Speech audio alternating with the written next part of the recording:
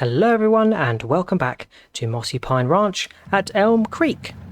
We have reached episode number 38 and are now in a new year in March. Yep, we had a winter period where we had to look after the animals. We took some wool to the spinnery to get prepared to make some more fabric.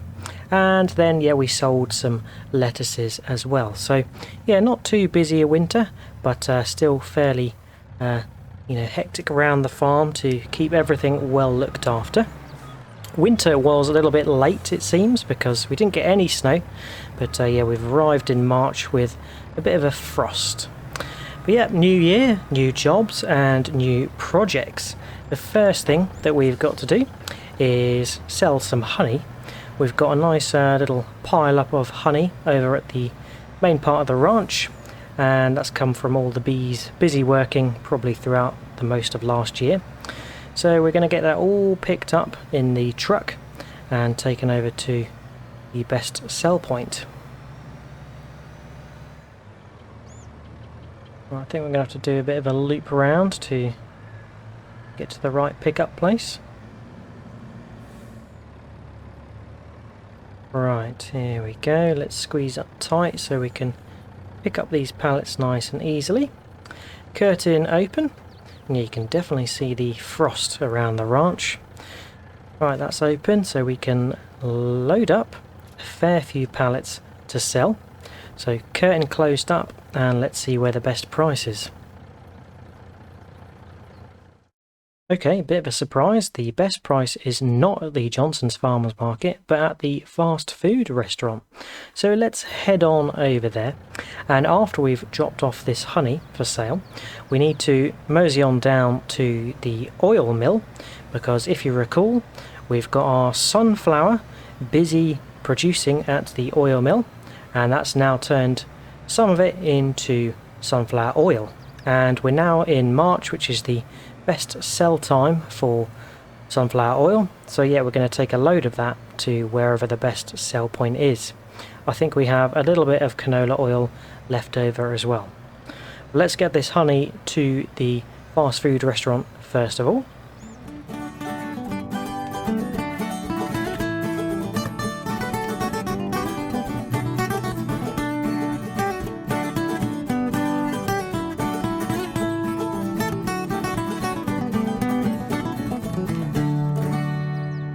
Right, here we are. Let's get it unloaded and it will start selling. Perfect. All in the sell point and $11,000. That's pretty good. Definitely not as good as some of our sales last time, where we made a great deal off eggs and a great deal off bread. We were the eggy bread barons of Elmcreek. But we've continuously sold lots of goods, lettuces and now honey. But let's head on to the oil mill and we can pick up our oil to take that for sale as well. Right, here is the Natural Oils oil mill, and it's always a nice sight seeing all these pallets. Once again probably blocking the loading bay, but we'll get these picked up hastily. So let's just turn about and reverse up a bit. Right, in the zone, so let's get this picked up, and I think a few more pallets are going to probably spawn. Okay, so we've got 18,000 litres of sunflower oil and 2,000 litres of canola oil. As mentioned, we still have a fair amount of sunflowers to process. If we go to productions and look at the oil mill, we can see we've got 23,000 litres of sunflower. So we're still expecting to make around 11,500 litres of sunflower oil, but we'll just save that up for the next best time to sell, as we don't want to be selling off after it really does drop down in price. So let's get the curtain closed, and we need to check out the best price for sunflower oil. So as mentioned, best prices in March, and if we take a look, it looks to be at the Red Marble Bowling restaurant. So Not quite sure I remember where that is, so we'll tag that place and we'll head over there. But yeah, 6897, which is really good.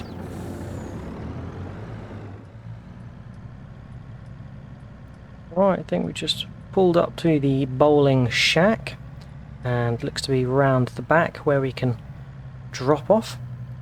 Now let's mosey on around here. Oh, there's a basketball. Okay, so curtain open, and we can unload. Might have to give it some persuasion. There we go. So that was quite a lot, sold in 2 batches, and unfortunately our canola oil didn't sell here, so we will load that back up. But before we do, I've noticed that there's some cones here, so I wonder if we can do some sort of bowling.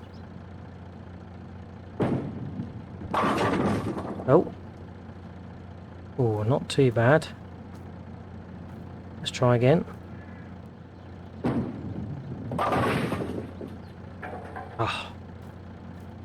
So let's get the canola oil loaded back up, just the 2 pallets, and find where we can sell that.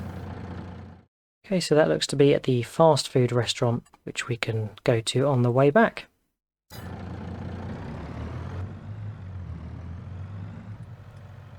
At the fast food restaurant once more, but this time it's for canola oil.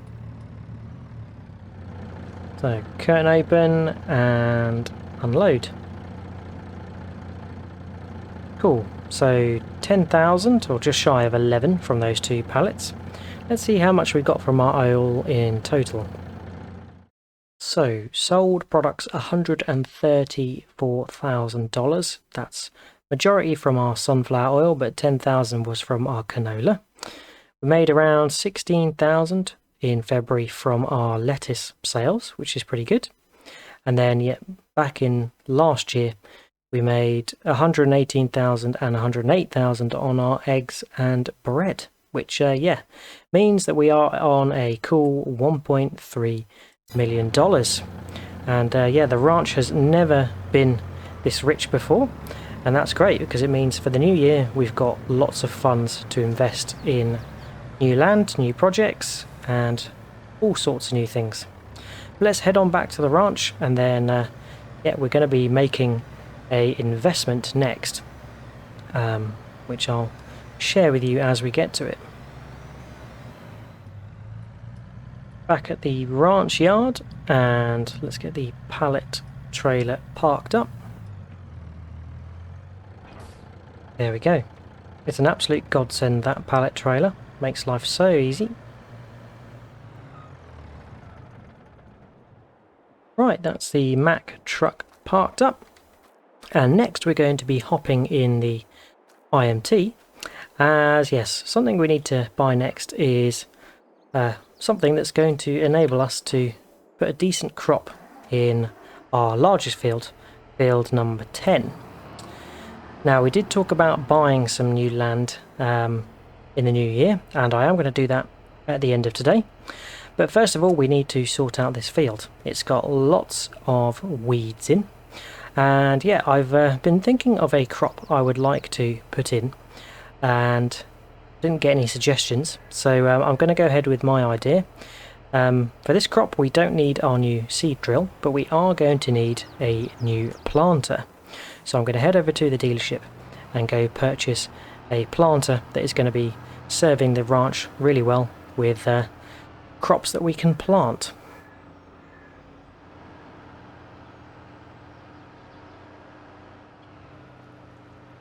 Pulling into the dealership, and let's investigate planters. So I've done a lot of investigation on various different planters and even quite a few mods. Now this John Deere planter myself and Nordic are using on our Calmlands series. It's a very good planter, but it's a little bit small for the scale that we're going for on Elmcreek. Looks to have a much bigger brother here, but that is quite expensive for the width.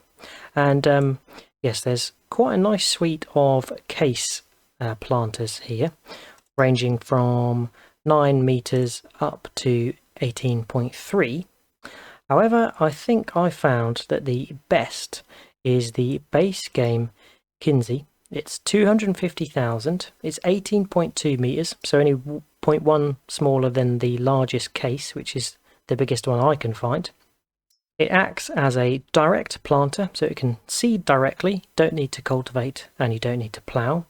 And also, it does the job of drilling the seed, and it can also do liquid fertilizer at the same time. So, yeah, like with our seed drill, we are going for a piece of equipment that can do 3 jobs. That is the job of a cultivator, a planter, and also a means of spreading fertilizer. And this seems to fit the bill really nicely. So apart from it being blue and not really matching our case color code, but yeah, at least we've got a bit of blue, a bit of red, so kind of getting the American colors. And we've even got white as well, so we've got red, white and blue. There you go, full on American styly. So I don't think there's anything else left to do but to buy it. So 249,500. Here it is.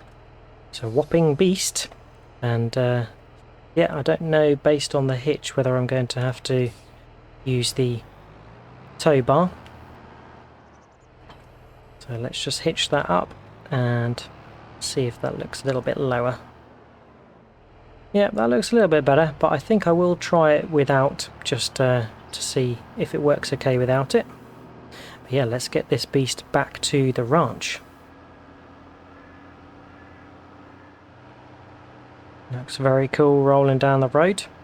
It would be nice to get all sort of matching equipment, like case, everything, but it always ends up just costing way too much money, so I think we go for a good compromise and getting lots of different varied equipment, which is always more cost effective.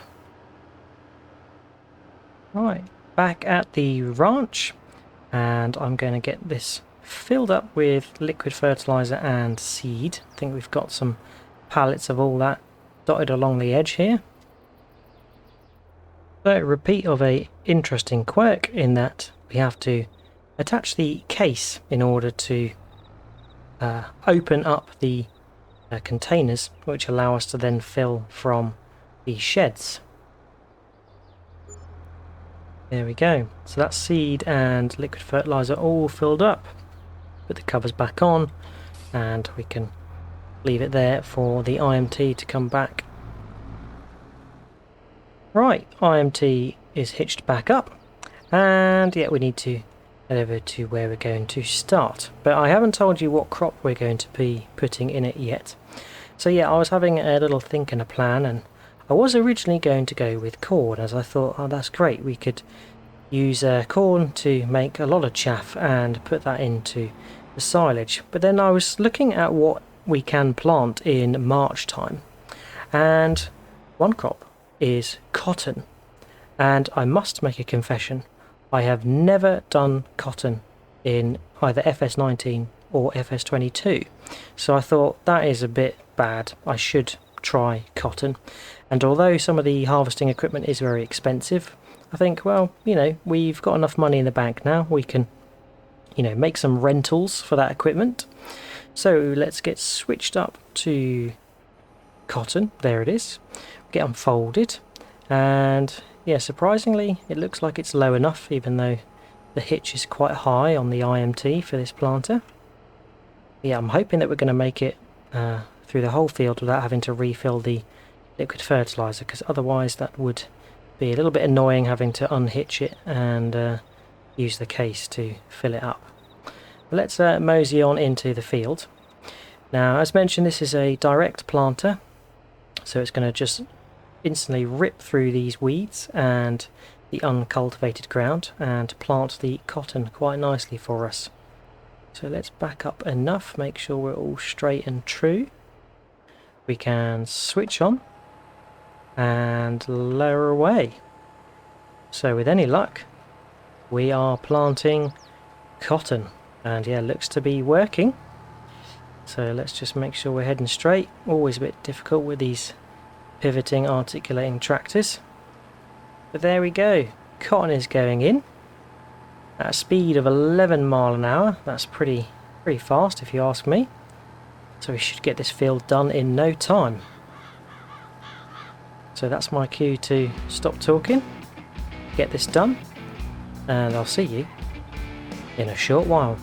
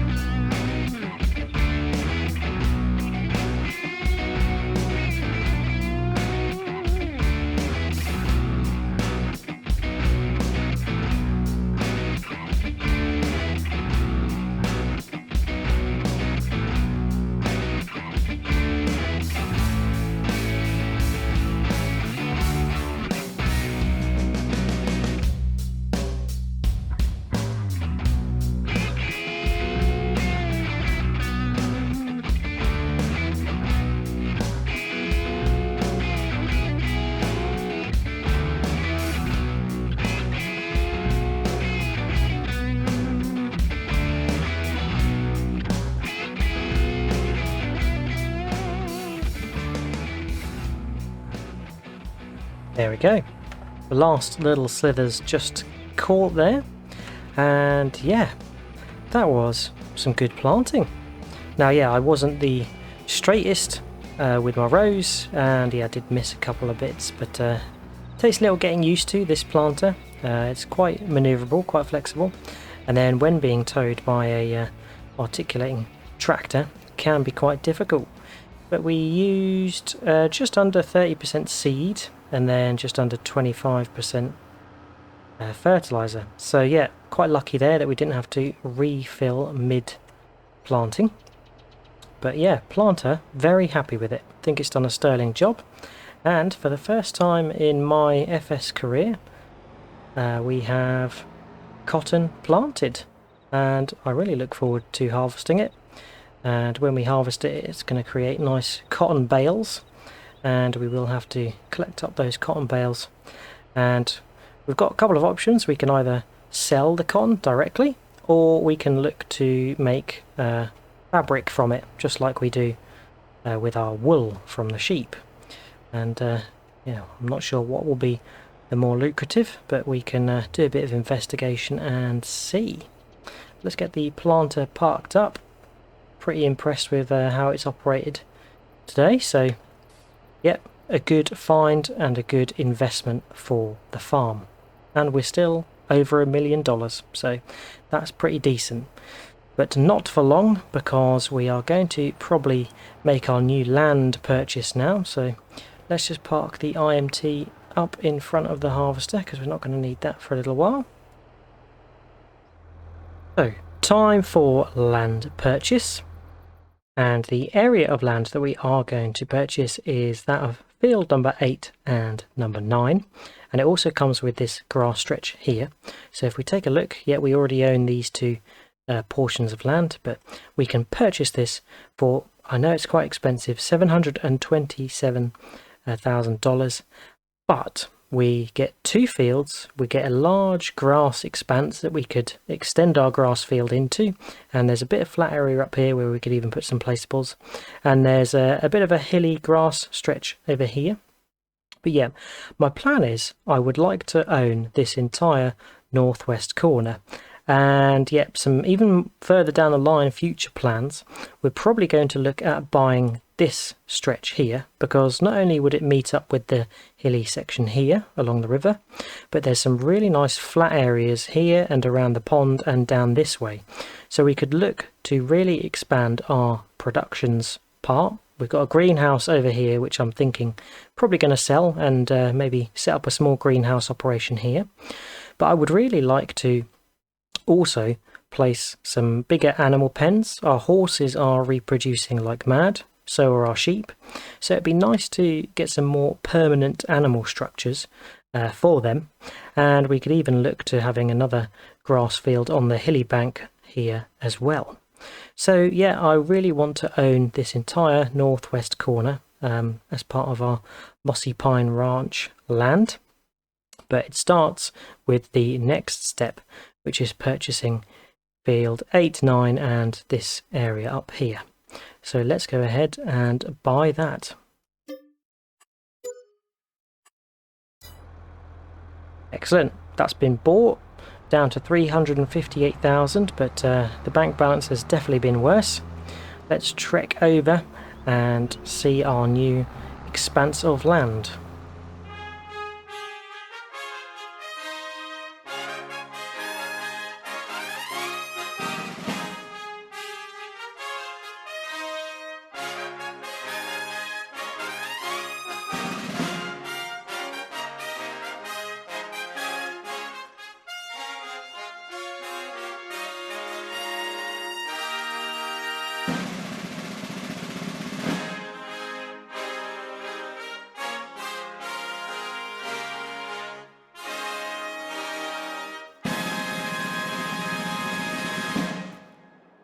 And here we go. So we own all of this grass stretch that leads down to our second grass meadow and the animal area. And I'm thinking we'll try maybe level this area off and plough it up and turn it into a really long grass field. And if we do get time on this series, I'm thinking this is a really long field, so it could be perfect for something like grapes or olives, if we want to get into that. Or alternatively, it would just make a really nice long grass field. And there's a flat section up here, flattish, that we could do some levelling with and even put some buildings up here, some sheds or something. And then of course we get field 8 and 9. Now there are some crops in them, so let's take a look. So field number 8 has sugar beets in, which is interesting because we don't have any sugar beet harvesting equipment, so we'll have to rent something when the time comes. But my thinking is that we can harvest the sugar beets and then process it into sugar beet cut and then put that in the BGA, which would get us some biogas profits. And then in field number 9 we have yet another barley field. So we planted some barley ourselves in field 4, 5, 6, 7 combined. We've got some more in 9. So yeah, we're going to have quite a bit of barley, which is good for our chickens. And yeah, it looks like there's some expansion that can go on up here. We can extend field 9 a little bit closer to the path. And then I'm all ears really as to whether it would be a good idea to merge field 8 and 9 together to make one larger field, or we could even combine it up with field 4, 5, 6 and 7 to make one large field, which would probably replace field 10 as our largest field. So yeah, let me know your thoughts on that. I'll be really keen to hear what you think we should do. Now, the farmer we purchased off has left the fields in a bit of a mixed state. So field number 9 has been fertilised to the secondary level, which is really good. But field number 8 hasn't had any fertiliser on it whatsoever. So I think that's probably the next best thing, is heading down, grabbing the Massey sprayer and getting that fertilised. We don't really want to be spreading digestate on it because it's already been planted. The sugar beets are already in, so yeah, I don't fancy really spraying muck over it, or brown natural muck over it. You might do that in real life, I don't know, but yeah, to me seems like once it's been planted or drilled, you probably don't want to be covering it in that sort of stuff. Now you will notice that there are some stones in this field as well. That is because it was obviously cultivated at a time when fieldstone was turned on the map. I will see if they disappear when we next plant them, but if not, I will just rent a stone picker to come and collect them all up. But yep, let us grab the Massey sprayer and we can get to spraying that field. So here is the rather quirky Massey. I do love this sprayer. It's just got something about it. Old school. And we're going to need to grab some fertilizer. I think, well, we haven't got any pallets left because it went in the planter, but we can purchase some more, not to worry. There we go. Fill her up. Okay, that's all purchased. $3,800. And let's head over to the field and get started. Now the barley field we sprayed with herbicide at the tail end of last year, as you might recall. So yeah, this is the first time we're using this sprayer for fertilising.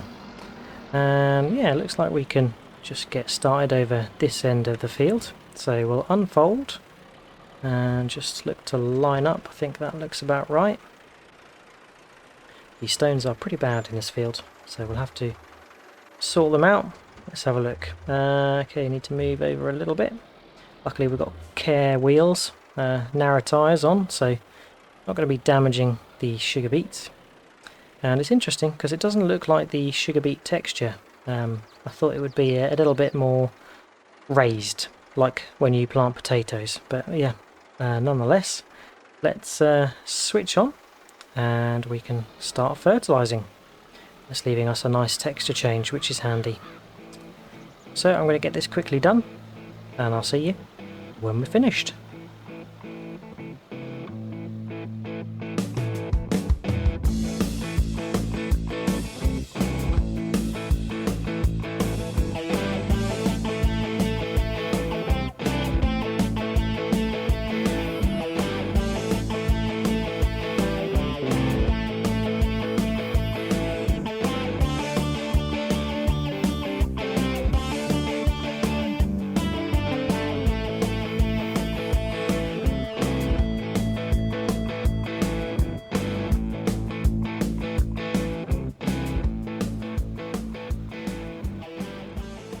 Last slither done, and yeah, unfortunately didn't quite work out with the last row being the right width, but yeah, not too bad at all.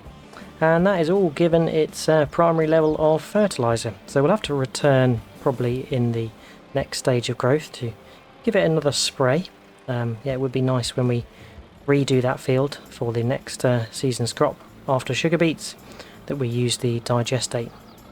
And yeah, now we've got more fields, I'm hoping that we're going to have the ability to cover all of them with digestate. We've got around 130,000 litres in the BGA, plus quite a bit in storage here, so I'm hopeful that we'll be able to sustain. We might have to increase our grass production. And on that note, next time our grass will hopefully be to the maximum height. It is harvestable now, but yeah, we want to let it get to its best height for best yield.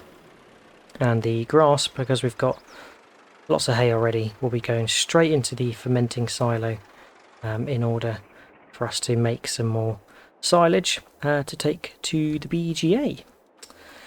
But yep, we've got lots of plans for the future. We've got our new area now, which we've got some crops put in by the previous farmer. Just needs a bit of a top up with some aftercare from us. So we'll be harvesting those come harvest time.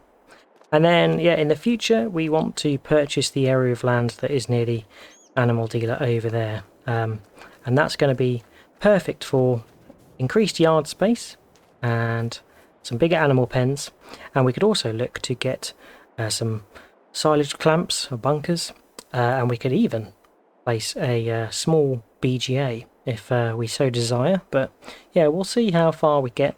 It's all just in my thoughts at the moment, but I'm so pleased we've been able to invest in a new planter today. We've got some cotton in, which I'll be doing for the first time in my FS career. And we've bought a new piece of land with 2 different crops in, which is really, really good. And of course we made some fantastic profits from our produce today, the honey and the oil, sunflower and canola, which was fantastic. But that is it for today. Hope you have enjoyed watching. If you have, remember to drop a like. If you've got any tips, tricks or things you'd like me to do, then feel free to leave a comment. But yeah, all there's left to say is I hope to see you again next time, and until then, catch you later. Cheers all. Bye bye.